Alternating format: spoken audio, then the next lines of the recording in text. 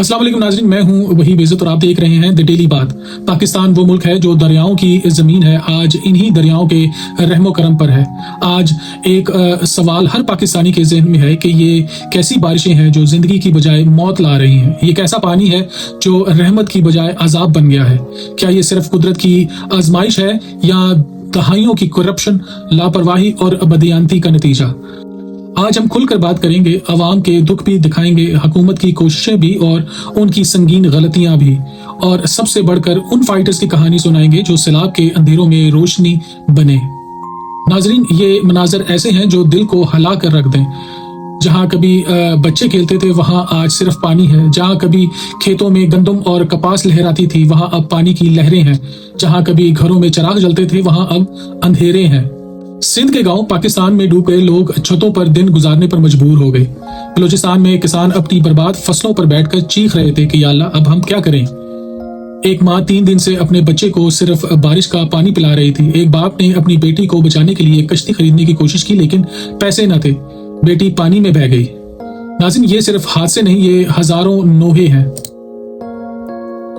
पाकिस्तानी अवाम आज एक जंग लड़ रही है, भूख के साथ, बीमारी के साथ, बेघरी के साथ। एक बच्ची ने अपनी माँ से कहा कि अम्मी, मुझे भूख लगी है, रोटी कब मिलेगी? और माँ ने रोते हुए कहा, बेटी अब दुआ ही कर सकते हैं। एक बुजुर्ग अपने मरे हुए बेटे की लाश को घंटों पानी में ढूंढते रहा। ये सिर्फ किस्से नहीं, ये वो हकीकत है जिसने लाखों पाकिस्तानियों को तोड़ कर रख दिया। नाज़रीन, अब ये कहना भी ज्यादती होगी कि हुकूमत ने कुछ नहीं किया। फौज और रेस्क्यू टीमों ने हजारों लोगों को महफूज मकामात पर मुंतकिल किया। कई जगहों पर फौरी खैमा बस्तियां लगाई गईं। आलमी दुनिया से मदद मांगी गई। टर्की, यूएई और चीन ने खुराक, दवाइयां और इमदादी सामान भेजा। कुछ वज़रा मुतासरा इलाकों में पहुंचे और हालात का जायजा लिया। ये सब पॉजिटिव पहलू हैं जिन्हें हमें तस्लीम करना भी जरूरी है। लेकिन नाजरीन, ये भी हकीकत है कि अगर हुकूमत ने वक्त पर इक़दाम किए होते तो आज ये तबाही इतनी बड़ी ना होती।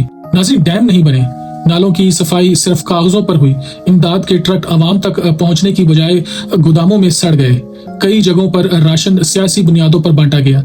ये सब अवाम के साथ खुला मजाक था। और नाजरीन, अंधेरे में उम्मीद की किरण भी है। ये उम्मीद है अवामी फाइटर्स की।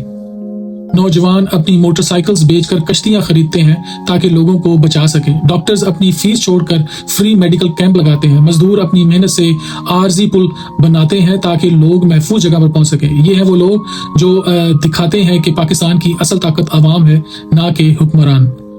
दुनिया ने पाकिस्तान को डूबते देखा और सवाल किया, क्या हमारी दी गई इमदाद वाकई अवाम तक पहुंचेगी? ये सवाल हमारी बदनामी है और इसका जिम्मेदार कौन है? हमारे करप्ट हुक्मरान। नाज़रीन, ये सहानिया हमें जगाने आया है। क्या हम अब डैम बनाएंगे? क्या हम करप्शन खत्म करेंगे? क्या हम मुस्तकबिल के लिए संजीदा मंसूबा बंदी करेंगे, या फिर हमेशा की तरह ये आंसू भी बहाकर भूल जाएंगे? नाज़रीन, पाकिस्तान का सैलाब सिर्फ पानी की कहानी नहीं, ये करप्शन, नाअहली, अवामी कुर्बानी और असल फाइटर्स की कहानी है।